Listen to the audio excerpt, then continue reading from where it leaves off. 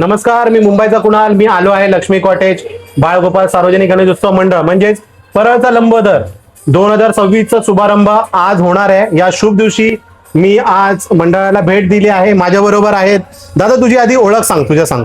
नमस्कार, जय गणेश. मी सागर अनिल देवगडकर, लक्ष्मी कॉटेज बाळगोपाल सार्वजनिक गणेशोत्सव मंडळाचा मानद सचिव. ओके दादा, मला हे सांग, लक्ष्मी कॉटेज ही वसाहत थोडं त्याबद्दल एक्सप्लेन कर गणेश भक्तांना. लक्ष्मी कॉटेज ही वसाहत इकडे म्हणजे ज्या गिरणगावांपासून म्हणजे पूर्वीपासून आपली बिल्डिंग इकडेच आहे. आधी 2 माळ्याची चाळ होती, त्याच्यानंतर ही 5 माळ्याचे अशातले 3 विंग बांधण्यात आले. उत्तर, पूर्व आणि प्रत्येक विंग मध्ये 5-5 फ्लोअर असे बांधले. ग्राउंड फ्लोअर पकडून 6 फ्लोअर झाले. अच्छा, पण हे किती घरांचं आहे? म्हणजे इकडे हा गणपती किती बिल्डिंगचा? 3. हा 3, फक्त म्हणजे एक बिल्डिंगचा गणपती आहे फक्त लक्ष्मी कॉटेजचा. फक्त लक्ष्मी कॉटेजचा. लक्ष्मी कॉटेज मध्ये आपल्या 3 विंग आहेत. अच्छा, म्हणजे अख्ख्या एवढा मोठा आपला उत्सव आपल्या एका लक्ष्मी कॉटेजचा मिळून आपण हा उत्सव करतो सगळा. ओके. आता लक्ष्मी कॉटेज म्हटलं तर एक चलचित्रांमध्ये पण होता आधी, बरोबर ना?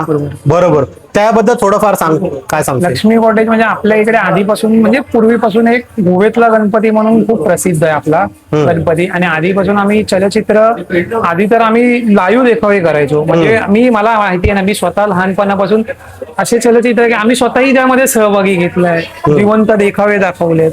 परत वेगवेगळ्या समाज माध्यमावरती जे विषय आहेत की ज्याच्याकडून यंग पोरं आपले क्राऊड त्याच्याने काहीतरी त्यांचा फायदा होईल असं सगळ्या विषयावरती माध्यमावर आपण पकडून डेकोरेशन तयार करायचो. ओके. लक्ष्मी कॉटेज हा कोविडच्या नंतर जरा मंडळ दिसायला लागलेला होता, बरोबर आहे? त्याआधी एवढं नव्हतं. मंडळ आपला आधीपासूनच दिसायचं. फक्त एवढंच आहे की आता हा जरा जो जनरेशन आहे आपला प्रसार माध्यमाचा लोकांकडनं पटकन पोहोचला. त्या सोशल मीडिया लालबाग मंडळ कोणाला दिसलं नाही असं कधीच झालं नाही. म्हणजे आपली सगळी मंडळ दिसत, पण ते गणपती लहान होता तुमचा. गणपती आधी आपण 2001 मध्ये तुम्हाला माहितीच असेल की नागावरची मूर्ती आपली ती 22 फुटाची मूर्ती, बरोबर. त्याच्यानंर साधारणतः आपली असायची 15-16 फुटाची मूर्ती असायची पाटावरती. ती तर म्हणजे मंडळ आपला ऑलरेडी म्हणजे प्रसिद्धच आहे, प्रश्नच नाही. कारण की कोविड पासून कसं त्या जनरेशनच्या नंतर आपलं प्रसार माध्यम वाढत चाललं. इंस्टाग्राम आलं, फेसबुक आलं, परत आता पटकन लोकांना एक्सेस झाले म्हणून मंडळ अजून नावारूपास यायला लागलं. आणि त्याच्यानंतर आपण परत 2022 साली तर तुम्हाला माहितीच आहे ट्रॉलीवरचा गणपती आपण घेऊन आलो. लक्ष्मी अवतारात पहिला लक्ष्मी अवतारात लक्ष्मी कॉटेजचा लक्ष्मी अवतारात गणपती घेऊन आलो. पैसे देताना तो आहे, पैसे म्हणजे तो देणारा, लक्ष्मी सगळं देणारा तो जे काय आहे ते त्याच्यामुळेच आहे आपल्या लंबोदरामध्ये. त्या संकल्पनेबद्दल काय म्हणशील? तो पहिला गणपती होता, पहिला गणपतीच म्हणजे पहिला मोठा गणपती होता. आमचं चाललेलं की काय थीम करायची काय नाही. मग मंडळाचा कार्यकारिणी बसली, त्याच्यानंतर मूर्तिकार आपले सुप्रसिद्ध सतीश दादा यांच्याबरोबर आम्ही बसलो. मग आम्ही ठरलं की काय करायचं काय नाही करायचं. तर कुठच्या अवतारात घ्यायचा. आपली तर गल्ली छोटी होती, एवढा मोठा गणपती बनवायचा. मग तो कशा पद्धतीत बनवायचा, काय बनवायला. मग ते सगळे बरेच केस चालले, हे चालले. पण नंतर आमचं एक डोक्यात होतं की नाही, लक्ष्मी कॉटेजचा लक्ष्मी अवतारात ह्या वर्षी पहिला मोठा गणपती बनवूया. जसं नाव तसं गणपती, तसा रूप.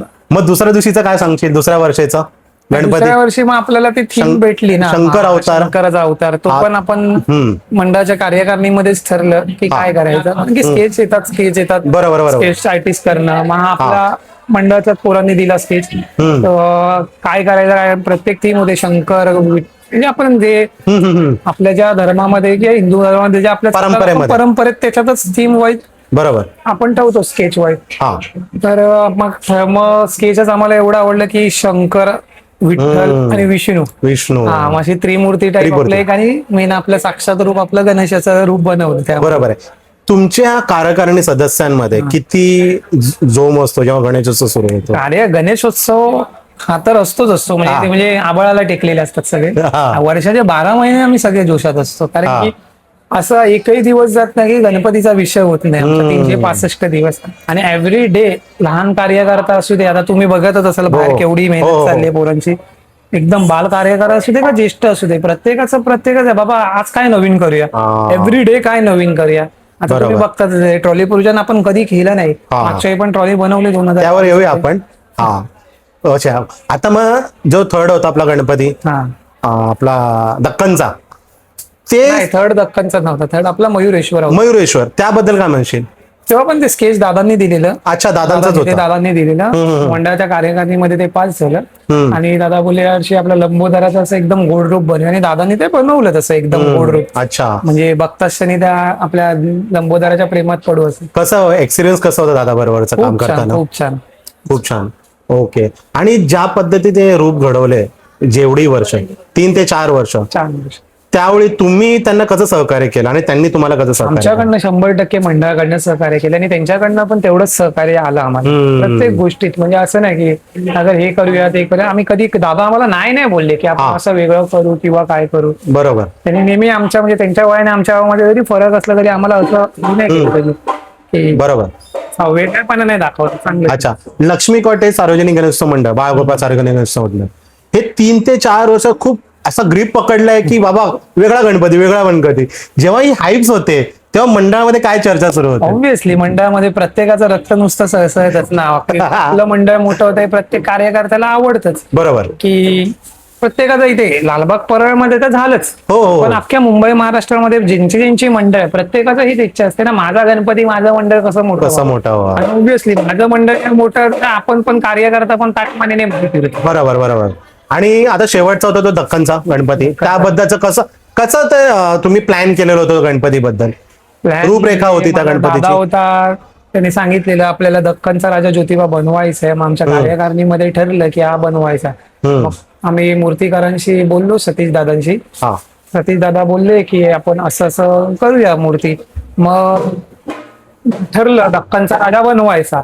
मग तो कसा बनवायचा, उभा बनवायचा की बसलेला बनवायचा, हे सगळं डिस्कस चाललेलं. कारण की बसलेला बनवला मग परत ते कॉमन होईल आणि आम्हाला नंतर आम्ही त्यांची माहिती घेतली सगळं, म्हणजे परत गेलो की उभाही आपला ज्योतिबा देवाचा अवतार आहे. बरोबर. आणि मग आपण ते सिरियलचे बघितले कन्सेप्ट, त्याच्यानंतर आम्ही स्वतः त्याच्यावर अभ्यास केला. आम्ही स्वतः गेलेलो तिकडे, सगळं बघितलं काय असतं काय.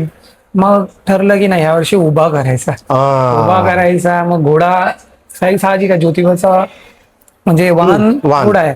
मग घोडा तो कसा दाखवायचा, मग दादांना सांगितलं. दादा बोलले की असा बघूया. मग आपण पण ठरलं की असं मागून उदळता घोडा मागून बनवूया. दख्खनचा राजा स्वार असतो, घोडा होता. घोडा उधळता म्हणजे असं ठरलं. दादा बोलला की मला घोडा उधळताना करूया. उधळताना घोडा करायचा, मग तो कसा करायचा, ते काय करायचं. आम्ही कसं कन्सेप्ट थोडंसं स्केच काढलं. त्याच्यानंतर हे स्केच असं लाईव्ह मध्ये आणण्यासाठी आपले स्केच आर्टिस्ट आशू गरुड आणि ते आपल्या स्केच व्यवस्थित एकदम प्रॉपर काढून दिलं आपल्या संकल्पनेनुसार आणि सतीश दादांना दाखवलं.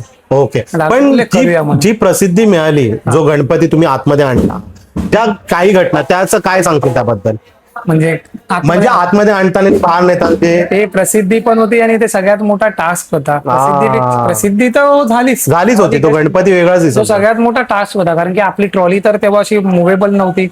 मग तो गणपती आणायचा कसा, कारण की आपलं तुम्ही बघितलंच जे मी सांगतो नेहमी, ती भिंत एक साईडला आणि एक साईडला बिल्डिंग आहे. मग घोडा पण आपण कसा करायचा, तो हाईट तेवढी वर नेलेली, 15 फुटाच्या वरती हाईट नेलेली आणि तिकडनं आडवा असा 16 फूट घोडा बाहेर केलेला. मग तो एक सांगताना चेहरा बिल्डिंग कडनं आत आणला आणि तसा विसर्जनाची आपण उलटा बाहेर काढला. बरोबर. ते भरपूर. पण मला एक क्वेश्चन होतं, जेव्हा तुमचा मी थीम बघितला गणपतीचा, देव होतो स्वार होऊन, पण तुम्ही मागून तो घोडा आणला असा त्या थीम मधून, ते कसं काय सुचलं? मग तेच बोल ना, माझ्या भावाची संकल्पना होती की असा घोडा उधळताना दाखवला ना, म्हणजे ज्योतिबा आपले गणपती बाप्पा त्या घोड्याला कंट्रोल करताय असं दाखवलं आपण. ते म्हणून ते एका हातात मागणं लगाम दिलाय, घोडा असा उधळताना असा. जेव्हा विसर्जनाला निघतो गणपती 4 वर्षामध्ये, जेव्हा तुम्ही ट्रॉलीवर असतात आणि जी मजा, जे उधळण होतं, सगळ्या गोष्टी, त्याबद्दल थोडं सांग. थोडं काय सांगशील? जे लालबाग मध्ये ज्या गोष्टी होतात, साहजिक आहे, ते स्वर्ग सुखाचे दिवस असतात. पंढरी आणि लालबाग परळ म्हणजे आपली गणेश नगरी आहे. बरोबर. एक वेगळाच अनुभव असतो, कारण की आम्ही असतो ट्रॉलीवरती, पण का ते मॅनेजमेंटसाठी क्राऊड केवढा येतोय, कुठून आजूबाजूला कुठे लागत नाही किंवा काय नाही म्हणून. पण तो एक आनंद आणि तो एक जगण्याचा दिवस असतो पूर्ण. बरोबर. वाईट असतं की बाप्पा आपला विसर्जन होतोय, पण एक मनात असतं एक, म्हणजे एक आपण स्वतःचा बॅक ऑफ द माइंड विचार करतो, अरे पुढच्या वर्षी अजून जोरात येणार. हे सांग की लालबाग परळ म्हणलं तर लाखो संख्येने भक्त येतात आणि 24 तास चालू असतो. मग तू एक कार्यकारिणी सदस्य आहे, तुझे पदाधिकारी, मग तू कशा पद्धतीने सगळ्या गोष्टी मॅनेज करतो आणि कार्यकर्त्याला घेऊन चालतोस? म्हणजे कशाबद्दल? म्हणजे व्यवस्थापनेबद्दल. जो मंडळाची मंडळाचा जे 10 दिवस गणपती असतो ना, एवढे लाखो संख्येने भक्त येतात. आपली मॅनेजमेंट म्हणजे आधीपासूनच आहे, कारण की इकडे कसं लालबाग परळचा जो कार्यकर्ता आहे त्याला गर्दीचं कधी नवल नाही आहे की गर्दी वाढली का गर्दी कमी झाली, कारण की इथे प्रत्येकाला माहिती आहे की गर्दी कशी हँडल करायचं. तसं आमच्या कमिटीमध्ये ऑलरेडी ठरलेलं असतं, म्हणजे की 12च्या 12 दिवस कोण मंडपात थांबणार, कुठची टीम मंडपात थांबेल, तेच विचारतो. सकाळी कुठची टीम थांबेल, संध्याकाळी कुठची, रात्री संध्याकाळी ते रात्री तर भरपूर गर्दी असते, मग ती टीम कुठची थांबेल, पण त्याच्यानंतर गेटवरती कुठची टीम थांबेल, ओळखीच्या लाईनवरती, पासच्या लाईनवरती, कुठच्याही येणाऱ्या भाविकांना त्रास नको व्हावा आणि कुठचाही येणारा भाविक हा श्रद्धेने येतो, मग आपल्या बाप्पाचं रूप त्याला कसं आनंदाने भेटेल, म्हणजे त्याला कुठच्याही प्रकारची दुखाप म्हणजे तो तिथे डिसअपॉइंट नाही झाला पाहिजे, कारण की गर्दीत तासन तास उभा आहे आणि आम्ही नंतर मग आतमध्ये पाठवलं. आम्ही जेवढ्या लवकरात लवकर होईल तेवढे आम्ही फटाफट क्लिअर करतो, हे आमच्या मंडळाचं वैशिष्ट्य आहे आणि आम्ही आधीपासूनच ठरवलेलं आणि याच्या पुढे पण आमचं तेच राहणार, जेवढा लवकरात लवकर चांगलं जेवढं दर्शन देता येईल तेवढं आपण देणार. ओके, पण यावेळी बघी तुमचं मॅनेजमेंट पण चांगलं होतं, मंडपामध्ये वातानुकूलित सगळ्या गोष्टी केलेल्या होत्या, हा ना. मग त्याबद्दल काय म्हणशील, हे म्हणजे कशा पद्धतीने तू विचार करतोयस मंडळ एक अपग्रेड करा? आमचं प्रत्येक दिवशी हेच असतं की आपण प्रत्येक दिवशी काय अपग्रेड हो, म्हणजे मंडळाने किती आपण अपग्रेड केलं पाहिजे, आता आपण कुठे चुकतोय काय चुकतोय हे आम्ही प्रत्येक एव्हरीडे आम्ही करतच असतो की आज हे जर केलं असतं तुम्ही ह्याच्याने हे केलं असतं तर अजून चांगलं झालं असतं. आणि वातानुकूलित करायचं म्हणजे आमचं गेल्या वर्षीच आमच्या डोक्यात होतं, कारण की येणाऱ्या भाविकाला पण थोडं प्रसन्न वाटलं पाहिजे, येतं 5 ते 10 मिनिटात आणतात पण तेव्हा पण तो एक असतो, तू स्वतः आलेलाच की प्रेझेन्स आणि आपल्या गाभाऱ्यात एक वेगळाच अनुभव येतो आणि दर्शक खूप लांबून लांबून येतात. बरोबर, एवढं बाप्पाच्या चरणी डोकं ठेवायला भेटलं गेल्या वर्षी प्रत्येकाला. बरोबर, आणि थोडं ऍटमॉस्फिअर चांगलं करण्यासाठी आणि एक प्रसन्न आतमध्ये होण्यासाठी आम्ही ते आणि गर्दीचा ओघ असतो त्याच्यामुळे सगळं करण्यासाठी आम्ही वातानुकूलित केलेलं. आता लक्ष्मी कॉटेज, बाळगोपाळ सार्वजनिक गणेशोत्सव मंडप, परळचा लंबोदर हे सामाजिक कार्यामध्ये पण आहे का, किती तत्पर आहे त्याबद्दल थोडं स्पष्टीकरण? पूर्णपणे कोविडमध्ये पण आपण जेवढे जिथे अन्नधान्याची गरज होती मंडळाकडनं प्रत्येकाच्या घरोघरी अन्नधान्य केलं, जिथे मुलांना अजून शैक्षणिक उच्च ज्यांना अत्यंत गरज आहे तिथे मंडळ हे जातीने लक्ष घालून त्यांना वया पुस्तकं किंवा त्यांचा शैक्षणिक जो मंडळाकडनं यथाशक्ती जो होईल तो आम्ही मदत करतो. आणि एव्हरी इयर आम्ही केजी पासून ते 15वी पर्यंत प्रत्येक विद्यार्थ्यांना वया वाटपाचा गुणगौरव करण्यात येतो आणि त्याच्यानंतर 10वी 12वी 15वी असे वया वाटप साजरे म्हणजे त्यांचा हे सत्कार समारंभ करतो. आणि परत ह्या वर्षी परत रक्तदान शिबिर घ्यायचं चाललंय, आताच आम्ही घेत होतो पण बरेच रक्तदान शिबिर मागोपाठ आले, त्याच्यात गरमी पण वाढलेली बरोबर. आता एक ह्या गणपती नंतर रक्तदान शिबिर घेतोय, त्याच्यानंतर नेत्रचिकित्सा शिबिर घेतो आपण आणि परत आपली जी डेली रुटीनचा चेकअप असतो तोही त्या गणेशोत्सवामध्ये घेण्यात येतो. ओके, आता येऊया आपण 2026 मध्ये.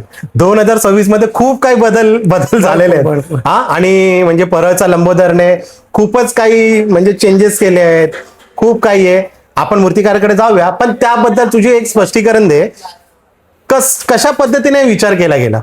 चेंजेस म्हणजे आयुष्यात जर आपल्याला पुढे जायचं असेल तर प्रत्येकाला आपण स्वतः चेंजेस स्वतःमध्ये घडवणं हे खूप महत्वाचं आहे. एव्हरी डे आपण स्वतःला ग्रो करत आहे. बरोबर. तसंच मंडळ आपल्याला मोठं करायचं आहे तर चेंजेस हे महत्वाचे. आपण तेच पारंपरिक चालत राहिलो तर कुठेतरी लोकांना, कारण की आजच्या जगात काय पाहिजे की अपग्रेड पाहिजे, जे की प्रत्येकाचं थिंकिंग आहे आजचं जनरेशन वेगळं की आज तू काय नवीन देतोय ते चाललंय, म्हणूनच जे चेंजेस आम्ही करतोय. अच्छा, यावेळेला श्री कुणाल पाटील तुमचे मूर्तिकार आहेत, तुम्ही 4 ते 5 वेळा माझ्या पॉडकास्ट मध्ये दादाने सांगितलंय, त्याबद्दलचं प्लॅनिंग कसं केलं तुम्ही? दादांकडे म्हणजे आम्हाला जायचं आधीपासूनच होतं कुणाल दादांकडे, असं काय हे नव्हतं, कारण की साहजिक आहे कुणाल दादा पण तुम्ही बघितलं की अप्रतिम मूर्ती म्हणजे त्याबद्दल असं नाव ठेवण्यासारखं काहीच नव्हतं. बरोबर आहे, द्यायचं होतं थोडंसं बजेटमध्ये मागे पुढे चाललेलं, पण एकच सगळं मंडळ सांभाळतं जेव्हा आपण एखाद्या विशिष्ट पदावर येतो तेव्हा सगळं विचार करतो, कार्यकर्ता असं दावलं दादा मला हे पाहिजे आणि मला ते पाहिजे, डिमांड करतो. पदावर येतो त्या शेवटी सगळे सोंग करता येतात, पैशाचं सोंग नाही करता येत. तसं एक फायनान्शियल बॅकअप बघून सगळं, कारण की आपल्याला काय फक्त एकच नसतो, ऑब्व्हियसली तो देव आहे म्हणून आपण आहे, पण तो खर्च एक नाही, बाकीचा असा एक मोठा विशाल असा खर्च आहे विसर्जनापर्यंत. त्याच्यानंतर महिनाभर पण आपला खर्च हा चालूच असतो. बरोबर. आणि त्याच्यानंतर कुठे एक थोडे महिनाभर 15 दिवस आम्ही थोडे रिलॅक्स असतो, नंतर परत मग येणारा गणेशोत्सवाचा जे आपण करतो ते बरोबर. कार्यक्रम चालू होतात वर्षभरात. केपी आर्ट्स म्हटलं एक budget friendly, budget over budget नाही, मूर्ती over budget. म्हणजे सांगतोय सगळ्यांसाठी, दुसऱ्यांसाठी ज्यांना वाटतं मी ते क्लिअर करतो. ओव्हर बजेट सगळे बोलतात, Okay. सगळं म्हणतात. मी पूर्ण करतो माझं वाक्य, सगळे ओव्हर बजेट बोलतात. पण जेव्हा आपण केपी आर्ट्स मध्ये जाऊन भेटतो, कुणाल दादा जाऊन भेटतो, तेव्हा तू कशा पद्धतीने ते सगळ्या गोष्टी मॅनेज केल्यास, बजेट बद्दल सगळ्या गोष्टी? बजेट म्हणजे आपल्याला जे थीम हवे, कन्सेप्ट नुसार हवे तसं बजेट असतं प्रत्येक हा, मूर्तीकार. बरोबर आहे. तसं दादाचं नवीन हवंय clear आहे मला. की बाबा तुला एवढा बजेट, ही मूर्ती हवी अशा टाईप मध्ये हवी तर एवढं बजेट द्यावं लागेल. बरोबर. आणि दादाला भेटल्यावर आपल्याला कळतं की ऍक्च्युअल ते बजेट का द्यायला पाहिजे. हेच पॉईंट सांगतोय मी. एक्झॅक्टली, कारण की दादा जे वापरतो, कुणाल दादा की फायबर्स मध्ये वापरतो, त्याच्या आजूबाजूचे जे म्हणजे काय बोलतात त्याला, ते छोटे mold छोटे elements एलिमेंट्स असतात. हा, असतात. बरोबर. परत दादाचा तुला माहितीच असेल हो. सगळ्यांना की प्रभावळ आहे. प्रभाव आहे. प्रभावामध्ये हा. दादा New master- concept. हा, न्यू कॉन्सेप्ट आहे. हा. म्हणून ते आपण बघतो आपण, पण जेव्हा आम्ही पण आता जेव्हा बघितलं तेव्हा कळतं की ऍक्च्युअल बाबा एवढा खर्च आहे त्या गोष्टीला. म्हणून तो बोलत असतो, हा. पण ते ते असेच खरंय. नाही बोलत. आणि मूर्तिकार जेव्हा करतात तेव्हा बरोबर ते त्यांचा अभ्यास करूनच करतात. बरोबर. पण या वेळेला काहीतरी विशिष्ट पूर्ण गोष्टी घडणार आहे केपी कडून, घडणार. बरोबर ना? त्या मंडळामध्ये किती एक्साइटमेंट आहे ती गोष्ट बघण्यासाठी. कारण की तुम्ही या वेळेला एक बजेट करून गेले, जशी तुम्ही ट्रॉली बनवली 360 ट्रॉली. बघा, एक मंडळ चालवण्यामध्ये फायनान्स भरपूर गोष्टीचं बरोबर. असतं. मग तू त्या गोष्टीला कसं मॅनेज केलंस? कारण सगळ्या गोष्टी बघाव्या लागतात. फायनान्स आम्ही आधी बसलो, कमिटी बसली, फायनान्स मॅनेज केला की कुठे खर्च किती येतोय, काय येतोय, कुठे आपल्याला कमी करता येईल आणि कुठे वाढवता येईल. कारण की आमच्या मंडळाचं पहिलं एक धोरण आहे, जो देवासाठी आपण जेव्हा उत्सव करतो तिकडे मागे पुढे नाही बघायचं. बाकी बिंदास घुसा कुठे पण काय करायचं तिकडे आपण काटछाट करू. देवाच्या इथे मागे नाही पुढे, आणि हवी तशी मूर्ती भेटते आपल्याला, मनासारखी. मग घुसा बिंदास. यावेळेला काहीतरी न्यू आयडेंटिटी मिळणार आहे. भेटणार 100%. 100% भेटणार. ओके. कारण की मागच्याच वेळी तुम्ही अनुभवलं, ज्योतिबा दक्कनचा राजा एवढा बनवला. हा. महाराष्ट्रभर आपण फेमस झालो. बरोबर. झालोच, हक्काने सांगतोय झालोच. बरोबर. पण मला असं वाटतं की परळचा लंबोदर हे कोणाबरोबर कॉम्पिटिशन नाही करत आहे. कधीच नाही. तो स्वतः बरोबर कॉम्पिटिशन करतो. त्याबद्दल काय म्हणशील? आमच्या मंडळात आणि स्वतःच हेच आहे की आपल्याला कोणाचं कॉम्पिटिशन करण्यापेक्षा आपण स्वतःबद्दल जर ग्रो झालो की आपण कुठे चुकतोय, काय करतोय, ते आज जर केले ही चूक आज परत कधीच नाही झाली पाहिजे, असं आपण करत राहायचं. आणि बाकीचे मंडळ बोलण्यात गेलं ते मंडळ, आमचं आजूबाजूचे मंडळ आहेत, सगळेच मंडळ आहेत, आम्ही कधीच कोणी एकमेकांबरोबर कॉम्पिटिशन नाही केलं. मित्रापेक्षा आम्ही एकमेकांशी भावंडांसारखे राहतो प्रत्येक मंडळ. कारण की असं लालबाग परळमध्ये एकही मंडळ नाही, प्रत्येक मंडळ असे की कोणालाही कुठच्याही सुखदुःखात किंवा कुठेही कमी जास्त असेल, काय असेल तर पहिलं अख्खं मंडळ सगळे एकमेकांसाठी धावून येतं. कधी गणेशोत्सवामध्ये असू दे किंवा कधी वर्षभरात कधी कुठचे काय असू दे तरी. ओके. आता म्हणजे तुमच्या मंडळाचं विजन काय असणार आहे पुढे? आमच्या मंडळाचं विजन खूप मोठं आहे. आपल्याला आपल्या मंडळाचं नाव म्हणजे महाराष्ट्र, मुंबई, महाराष्ट्राच्या बाहेर न्यायचंय. जेवढं लोकांपर्यंत पोहोचेल तेवढं आपल्याला हे नाव न्यायचंय. ओके. नेणार एवढी हे एक विजन आहे. आता 2026 साठी जे गणेश भक्त येणार आहेत, तू त्यांच्यासाठी एक मेसेज काय देशील? गेल्या वर्षी आम्ही तुमची जी फुल म्हणजे तुम्हाला जे एक्सपेक्टेशन होतं तसं आम्ही एक्सपेक्टेशन मध्ये आम्ही आमचे प्रयत्न केले, आम्ही आमचे उतरलो आणि 100% आम्ही आमच्या द्यायचे प्रयत्न केले. आणि तुम्ही जसं बोललात ना की गणेश भक्तांचं पण काय एक्सपेक्टेशन आहे मगाशी, की त्यांचं पण खूप एक्सपेक्टेशन आता वाढलंय. कारण की मागच्या तुम्ही बघितलं आपलं ज्योतिबावर, बरोबर, त्याच्यावर म्हणून की तुम्ही यावेळी परळच्या लंबोदराला आशीर्वाद घ्या आणि हे लंबोदराचं भव्य दिव्य स्वरूप बघा. आणि आम्ही एवढी गॅरंटी म्हणजे आम्ही आमच्याकडनं कुणालाही प्रयत्न करते की सगळ्यांना आपल्या लंबोदराचं रूप आवडेल. ओके. आणि ते डोळ्यात साचवून नक्की ठेवा. अच्छा. आता आज तुमचा ट्रॉली पूजन आहे, एक शुभमंगल दिवस आहे. आज ट्रॉली प्राधान्य होणार आहे परळ वर्कशॉपसाठी, काय म्हणशील? आनंद वाटतोय भरपूर की 2026 आज एवढी मोठी ट्रॉली बनवली आपण, 360 ट्रॉली बनवली पहिल्यांदा. त्याच्यानंतर आज आपला गणेशोत्सवाचा म्हणजे जे ऍक्च्युअल जे चालू होतं ते आजपासून श्री गणेशा चालू झालाय. आणि सगळीकडे तुम्ही बघता आनंदमय उत्साह सगळीकडे दिसूनच येतो. म्हणजे वाईबच वेगळी. आज आम्हाला वाटतं की आज गणेशोत्सव चालू झाला. बरोबर. आजच्या दिवशी शुभ दिवस चालू झाला. थोडा एक सगळे कार्यकर्ते पण रिचार्ज झालेत. मी लक्ष्मी कॉटेज बाळगोपाळ सार्वजनिक गणेशोत्सव मंडळ म्हणजे परळचा लंबोदर या मंडळाला खूप खूप 2026 साठी शुभेच्छा देतो. त्यांचे हे वर्ष खूप शुभ आणि समाधाने पार पाडो ही देवाचरणी प्रार्थना करतो. दादा, तुझ्या वेळेसाठी मी खूप खूप धन्यवाद करतो. ठीक आहे, अशी साथ राहू दे आमच्या बरोबर. आमच्या ही येतात एवढ्यात वेळात वेळ काढून सगळे युट्यूबर्स तू तर असतोच आमच्यासाठी नेहमी. आणि सगळेच युट्यूबर जेवढे एवढी मेहनत घेतात मंडळाला आपापल्याकडे दाखवतात आणि घरोघरापर्यंत तुमच्या मार्फत मंडळाचे काय कार्यक्रम चालले ते घरी बसल्या बसल्या प्रत्येक भाविकाला प्रत्येक गणेश भक्तांना ते दिसतात. त्याच्यामुळे आमचाही हे होत आहे चांगलं होत आहे आणि म्हणजे त्याबद्दल लक्ष्मी कॉटेज बाळगोपाळ गणेशोत्सव मंडळाकडनं तुमचे आभार. Thank you so much. आम्ही आताच आमची मुलाखत आता संपवत आहे. गणपती बाप्पा मोरया लंबोदराचा विजय असो.